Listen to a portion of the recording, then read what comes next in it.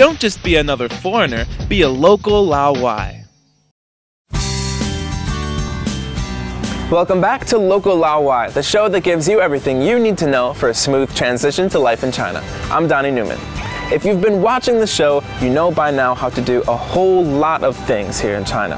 But you don't need me to tell you there's more to life than just getting up, going to work, coming back home, and twiddling your thumbs until you fall asleep every night.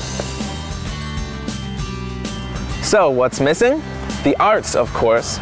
Although China's art scene is not considered as developed as, say, a Paris or a New York, China is gaining ground and fast. So in the next few episodes, we're going to show you how to enjoy the arts here in China, starting with art districts.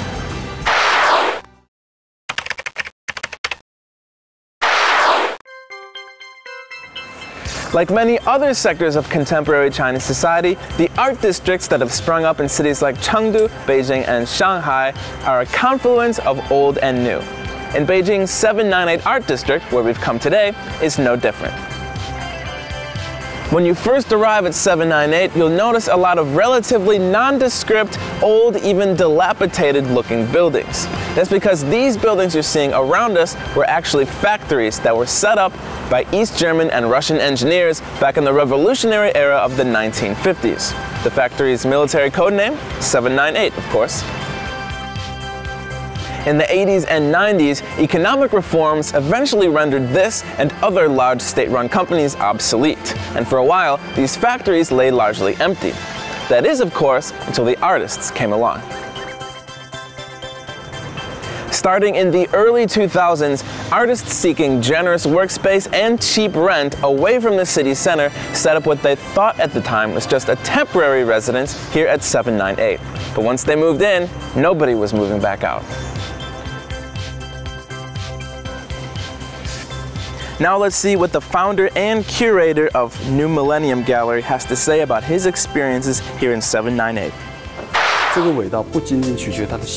To many art enthusiasts, 798 holds an extremely important place in their hearts.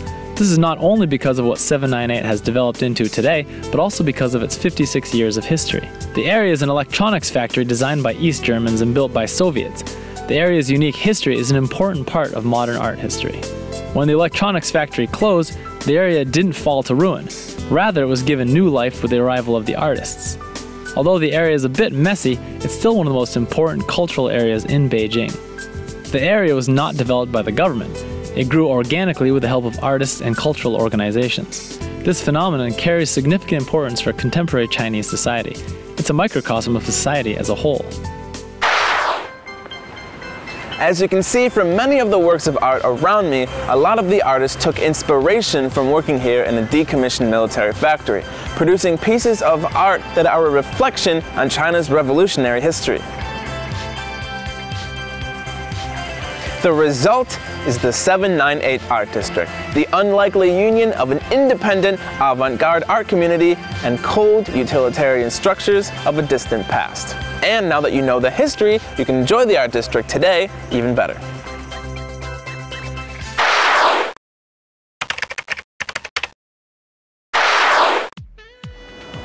"798 was purposefully set up away from the city center.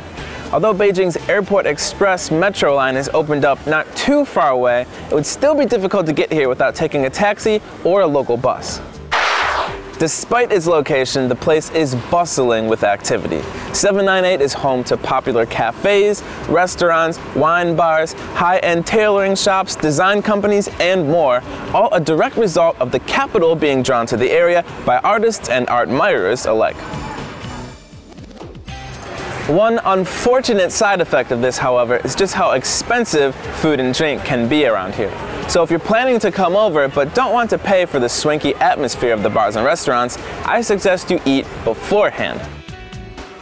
But the real reason people visit here is for the art. And the good news is the vast majority of galleries are completely free. But the no price of admission is just one of the reasons why people come here. Let's see what some other people have to say about visiting 798. What do you think of it? Well, so far we haven't really seen that much, but it looks great. And I heard there's lots of little cafes around, so we're gonna go and have some food and then look at the different exhibitions. So yeah, it looks really good.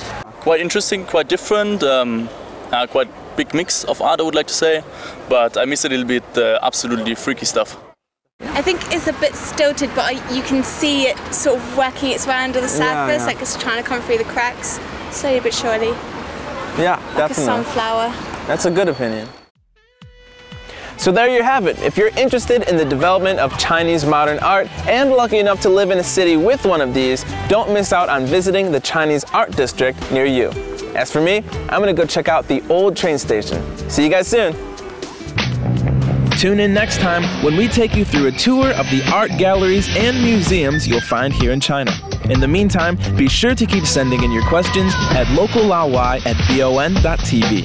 I'm Donnie Newman. We'll see you next time.